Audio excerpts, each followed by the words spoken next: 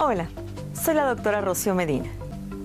Estoy aquí para hablarle acerca del sistema cardiovascular, su importancia, cómo funciona, los problemas comunes relacionados con su salud y también para darle algunos consejos de cómo mantenerlo saludable y eficiente. A pesar de que cada vez que vamos al doctor nos toman la presión, muy pocas personas saben en realidad lo que significa. ¿Cómo se relaciona esto con su corazón y con su salud cardiovascular? ¿Qué debe de hacer para mantener su presión sanguínea dentro de un rango normal? Con el fin de entender completamente la importancia de nuestro sistema circulatorio en nuestra salud general, me gustaría empezar dándole una breve explicación, ver algunas enfermedades que afligen al mismo y luego darle algunos consejos sobre cómo lograr mantener un sistema circulatorio saludable. Así que si está listo, vamos a empezar. El sistema circulatorio es básicamente un simple círculo que empieza y termina en el corazón. Es un sistema cerrado en el que la sangre no ingresa ni deja el sistema, mientras viaja desde el corazón a varias partes del cuerpo y regresa al corazón nuevamente.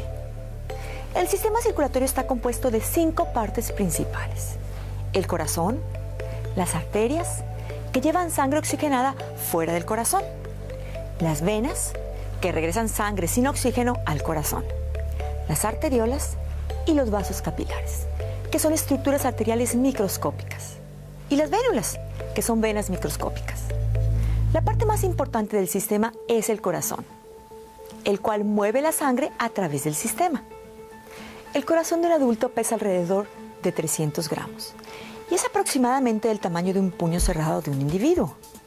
Se encuentra en el centro de nuestro pecho y en un día promedio, el corazón de un adulto bombea alrededor de 5.000 galones de sangre. El corazón por sí mismo es un órgano muscular, dividido en los lados derecho e izquierdo. El lado derecho del corazón recibe sangre desoxigenada a través de las venas. Luego, bombea esta sangre a nuestros pulmones, en donde recoge oxígeno. Esta sangre oxigenada luego regresa al lado izquierdo de nuestro corazón, el cual la bombea al resto de nuestro cuerpo a través de las arterias. Si mira al corazón, notará que el lado izquierdo es ligeramente más grande, y esto es debido a que tiene más trabajo, bombeando la sangre alrededor del cuerpo. La sangre ingresa al corazón a través de 2 venas, la vena cava superior y la vena cava inferior. Estas son las 2 venas más grandes del cuerpo. La aurícula derecha recibe la sangre primero, luego se contrae para impulsar la sangre al ventrículo derecho. Posteriormente, el ventrículo derecho se contrae y empuja sangre sin oxígeno o desoxigenada a través de la arteria pulmonar hacia los pulmones, en donde recogerá oxígeno. Una vez que la sangre recoge oxígeno de los pulmones, viaja de regreso desde los pulmones hasta el corazón, por medio de las venas pulmonares. Estas son las únicas venas en el cuerpo que llevan sangre oxigenada. La sangre oxigenada es distribuida por las venas pulmonares a la aurícula izquierda. Cuando la aurícula izquierda se contrae, la sangre fluye hacia el ventrículo izquierdo. El ventrículo izquierdo es la parte más fuerte y más muscular del corazón, debido a que es el músculo principal del corazón, que debe bombear o empujar con fuerza la sangre a través de todo el cuerpo. Cuando el ventrículo izquierdo se contrae, este hace que la sangre llena de oxígeno u oxigenada fluya hacia la aorta, la arteria principal que deja el corazón, y distribuye la sangre a través del cuerpo. La presión creada por el ventrículo izquierdo mientras se contrae hace que la sangre fluya a través de la aorta, la cual se subdivide en arterias más pequeñas, que sirven a varias partes del cuerpo, tales como las arterias ilíacas, las arterias mesentéricas superiores e inferiores y las arterias femorales. Todas estas arterias se vuelven gradualmente más pequeñas, alcanzando cada órgano, músculo y nervio de nuestro cuerpo. A su vez, estas arterias se ramifican en vasos más pequeños, llamados arteriolas, y en vasos aún más pequeños, llamados capilares. Es en los capilares que la sangre libera el contenido de su oxígeno, el cual es usado por las células para producir energía. A cambio, las células liberan productos residuales, incluyendo el dióxido de carbono y el agua, que son recogidos y llevados por la sangre a través de las vénulas. Una vez que se ha realizado este intercambio de materias, la sangre desoxigenada y repleta de residuo comienza su viaje de regreso al corazón. Desde los capilares la sangre fluye hasta las vénulas. Estas son venas pequeñas que tienen el mismo tamaño que los capilares. Desde las vénulas fluye sangre hasta las venas que la regresan ya sea a la vena cava inferior o a la vena cava superior. Como dije anteriormente, la vena cava inferior y superior regresan la sangre desoxigenada a la aurícula derecha del corazón. Como la sangre desoxigenada regresa al corazón, se une con la vena renal, la cual limpia los riñones de los productos residuales que ocurren como resultado de la actividad celular. Esta limpieza de los riñones se logra a través de las arterias y venas renales. Ahora déjeme hablarle acerca de la presión sanguínea. Como aprendimos hace un momento, el sistema cardiovascular es un sistema cerrado. La sangre que lleva el oxígeno y nutrientes es bombeada alrededor de nuestro cuerpo por nuestro corazón. Como resultado de la acción del bombeo de nuestro corazón y el diámetro y flexibilidad de las arterias que llevan la sangre, nuestra sangre está bajo constante presión. La presión sanguínea es lo que hace que la sangre fluya a través de los vasos. Así como el agua fluye a través de las tuberías, la sangre fluye a través del cuerpo desde las áreas de mayor presión a las áreas de menor presión.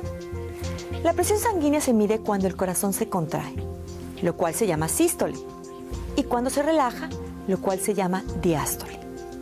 Una presión sanguínea sistólica de 120 mililitros de mercurio es considerada una presión sistólica normal, mientras que 80 es considerada una presión sanguínea diastólica normal. En términos comunes, su doctor indicaría esta medida normal como 120/80.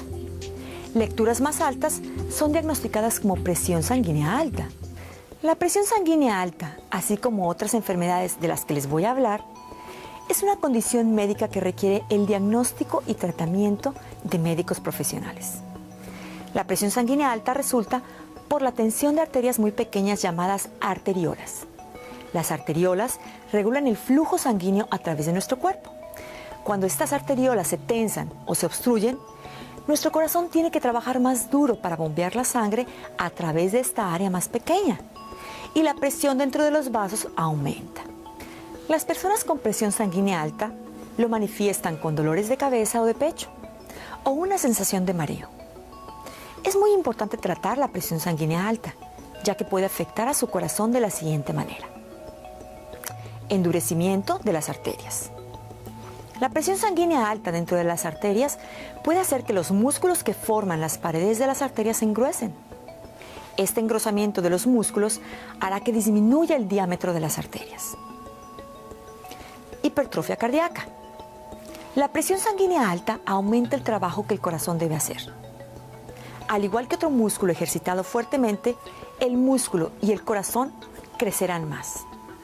Cuanto más grande se vuelve el corazón, menos posibilidades tendrá de mantener un flujo sanguíneo apropiado. Esto causará que usted se sienta débil y cansado, haciendo difícil que se ejercite o realice actividades físicas. Ahora, asumiendo que la presión sanguínea está en la presión sanguínea ideal o casi cerca, existen varias enfermedades que todavía pueden afectar nuestro sistema circulatorio. Veamos rápidamente lo siguiente. La primera condición que quiero cubrir, la cual posiblemente he escuchado, es la enfermedad vascular periférica. En términos sencillos, la enfermedad vascular periférica o EVP, como se le conoce comúnmente, consiste en la obstrucción de los vasos sanguíneos más distantes del corazón, de las arterias y de las venas periféricas. Las arterias y las venas periféricas llevan la sangre hacia y desde los músculos de nuestros brazos y piernas y a los órganos de nuestra cavidad abdominal. Cuando la EVP afecta solo a las arterias y no las venas, es llamada enfermedad arterial periférica, o EAP.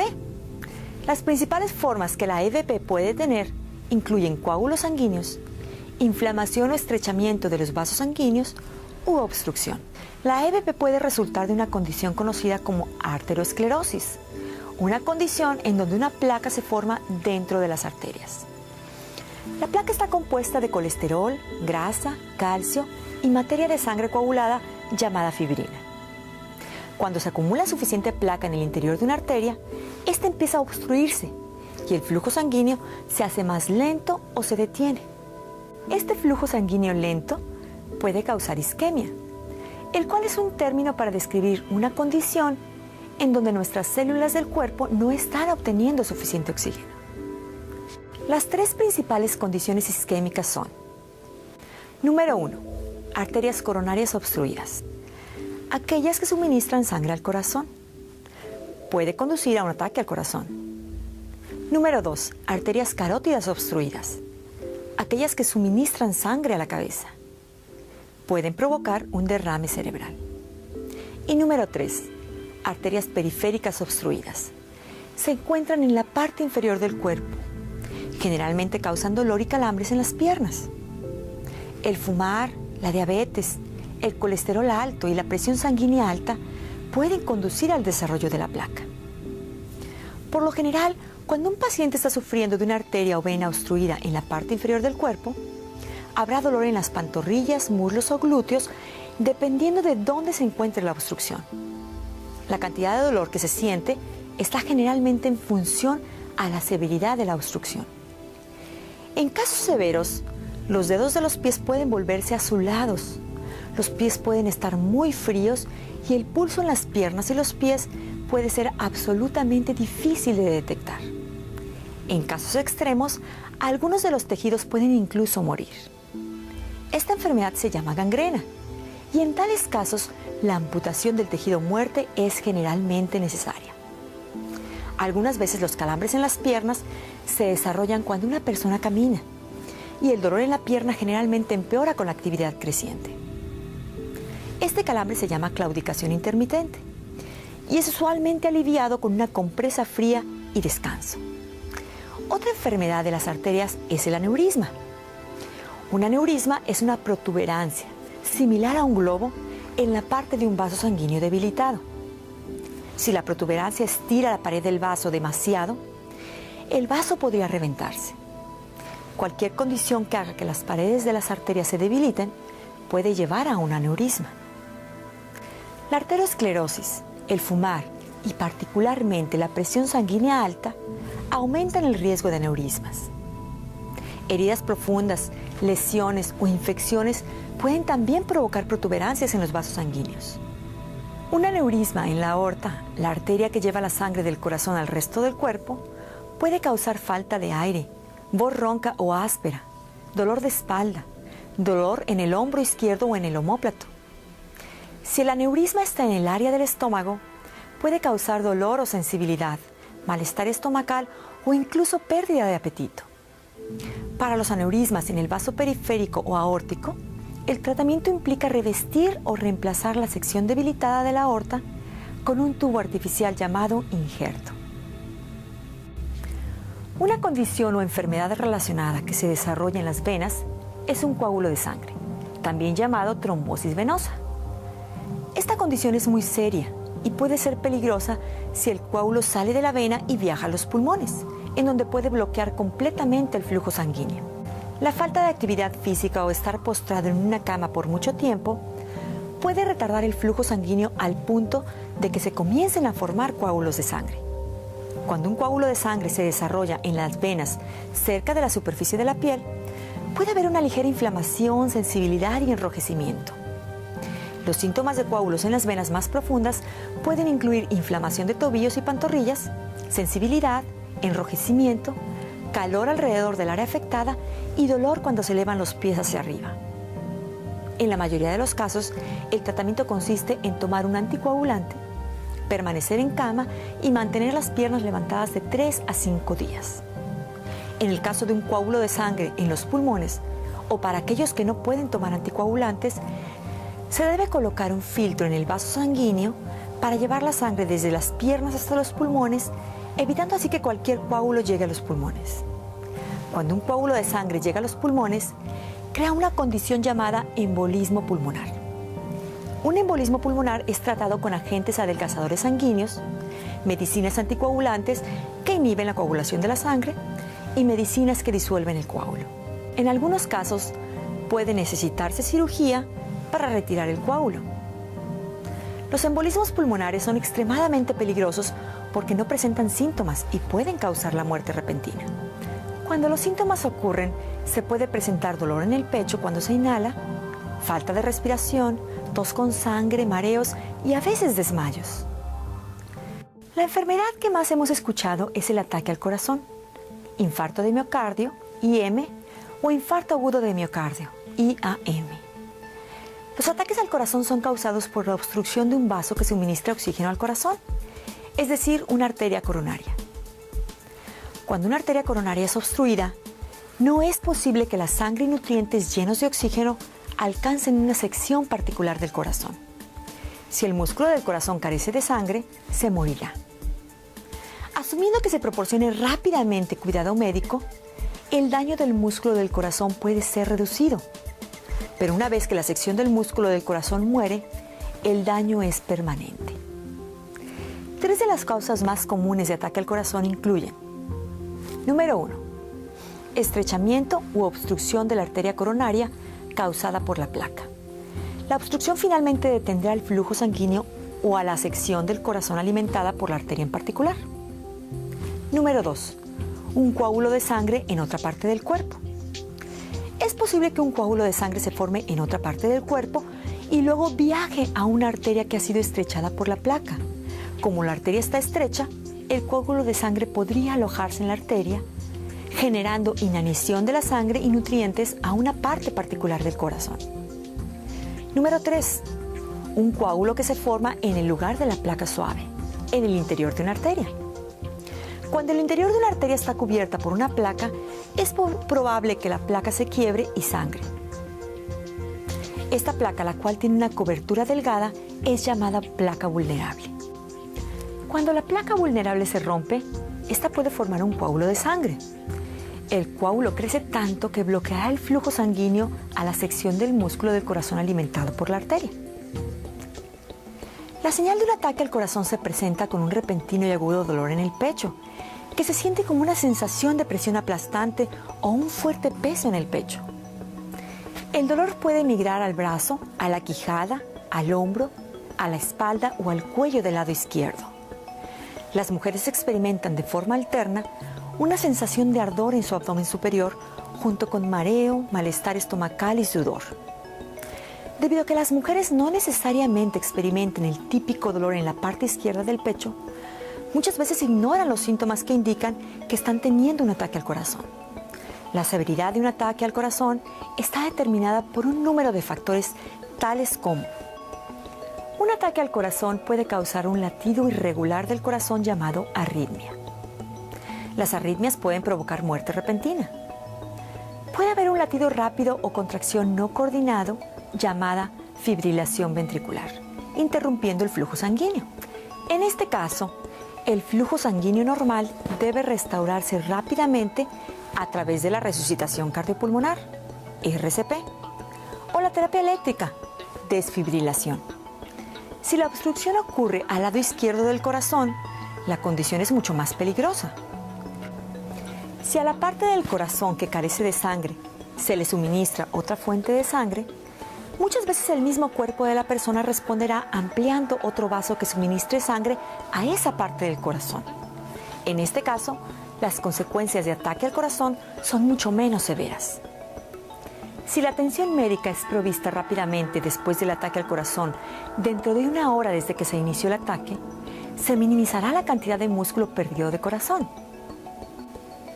La meta después de un ataque al corazón es regresar el flujo sanguíneo al área del corazón que carece de sangre lo más rápido posible y restaurar un latido del corazón regular para reducir al mínimo el daño al corazón. Los tratamientos incluyen administración de drogas para disolver los coágulos de sangre y regresar el flujo sanguíneo a la normalidad, así como también angioplastía con globo y prótesis endovascular, stenting, los cuales son verdaderos procedimientos de intervención física para abrir el vaso sanguíneo en cuestión y restablecer el flujo sanguíneo en el vaso, así como el músculo del corazón correspondiente. Ahora quiero hablar de una enfermedad que muchas personas frecuentemente malinterpretan por ataque al corazón. Muchas personas que experimentan un dolor agudo en su pecho no están en realidad experimentando un ataque al corazón, sino que están sufriendo de una condición conocida como angina, un síntoma de enfermedad de la arteria coronaria. En la angina, a diferencia del ataque al corazón, el músculo del corazón no está dañado permanentemente y el dolor generalmente desaparece descansando. La angina específicamente es un dolor agudo en el pecho que ocurre cuando un vaso enfermo en el corazón, una arteria coronaria, ya no puede distribuir suficiente sangre a una parte del músculo del corazón para cumplir con sus necesidades de oxígeno. La angina generalmente ocurre cuando el músculo del corazón tiene una necesidad extra de sangre, por ejemplo durante el ejercicio, pero también puede ser provocada por estrés emocional, temperaturas frías o calientes extremas, comidas pesadas, el alcohol y el fumar. El dolor no dura más de unos minutos, pero si dura, puede ser señal de una repentina obstrucción total de la arteria coronaria, es decir, de un ataque al corazón. El tratamiento más común de la angina es un cambio de estilo de vida y medicina. El programa de ejercicio debe ser aprobado por un doctor y se deben controlar los factores de riesgo, tales como la arteriosclerosis, la presión sanguínea alta, el fumar y el exceso de peso. Comer saludablemente, no fumar, limitar la ingesta de alcohol y evitar el estrés son generalmente parte del régimen prescrito en respuesta a los ataques de la angina. La medicina más usada para la angina es la nitroglicerina. Funciona casi instantáneamente ampliando los vasos sanguíneos, lo cual mejora el flujo sanguíneo y permite que más sangre llena de oxígeno llegue al músculo del corazón. Otras medicinas usadas para controlar la angina típica son los beta bloqueadores y bloqueadores de los canales de calcio, que reducen las necesidades de oxígeno del corazón, disminuyendo el ritmo cardíaco o la presión sanguínea. La última enfermedad que me gustaría cubrir es el derrame cerebral. Un derrame cerebral es una lesión en el cerebro que también puede afectar severamente al cuerpo. Un derrame ocurre cuando hay una interrupción en la circulación de la sangre en una parte del cerebro o cuando hay sangrado dentro o alrededor del cerebro. Debido a su constante y crítica función, las células del cerebro necesitan un constante suministro de oxígeno. Cuando la sangre deja de pasar por una parte del cerebro, el oxígeno suministrado en esas áreas se interrumpe, una condición llamada isquemia. Sin oxígeno, las células cerebrales se mueren rápidamente. Cuanto más tiempo el cerebro se encuentre sin sangre, más severo será el daño. El área del tejido muerto que resulta de la isquemia cerebral es conocido como infarto cerebral. El flujo sanguíneo del cerebro se puede obstruir de dos maneras. Número 1. Un coágulo de sangre que se aloja en una arteria en el cerebro o en el cuello, obstruyendo el flujo sanguíneo. Alrededor del 87% de todos los derrames son causados por coágulos sanguíneos. Y número 2. Una arteria debilitada se revienta en el cerebro. Un 13% de derrames son causados por una arteria que se revienta. Los efectos de un derrame pueden ser moderados o severos, a corto plazo o permanentes. Algunas personas pueden recuperarse rápidamente, otras nunca se recuperan. Esto es debido a que las secuelas de un derrame son determinadas por varios factores, tales como ¿qué parte del cerebro fue afectada? La magnitud del daño ocurrido. ¿Qué tan rápido el flujo sanguíneo fue restablecido a la parte lesionada del cerebro? ¿Y qué tan rápido las partes saludables del cerebro pueden hacer las funciones realizadas anteriormente por el área lesionada? Estas son algunas de las enfermedades más comunes que se presentan en nuestro sistema circulatorio. En todos los casos, la estrategia más importante a seguir es la prevención. Siguiendo un programa de ejercicio simple, adoptar una dieta saludable y evitar factores de riesgo evidentes tales como fumar, tomar alcohol, la obesidad y el sobrepeso contribuirán a evitar las enfermedades cardiovasculares. Tome en cuenta que el sistema cardiovascular es muy importante y frágil. Por lo tanto, cuídelo.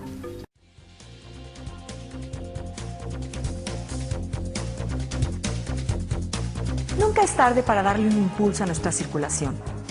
Diferentes estudios han demostrado que hacer ejercicio reduce la probabilidad de tener enfermedades cardiovasculares, presión arterial alta y niveles elevados de colesterol.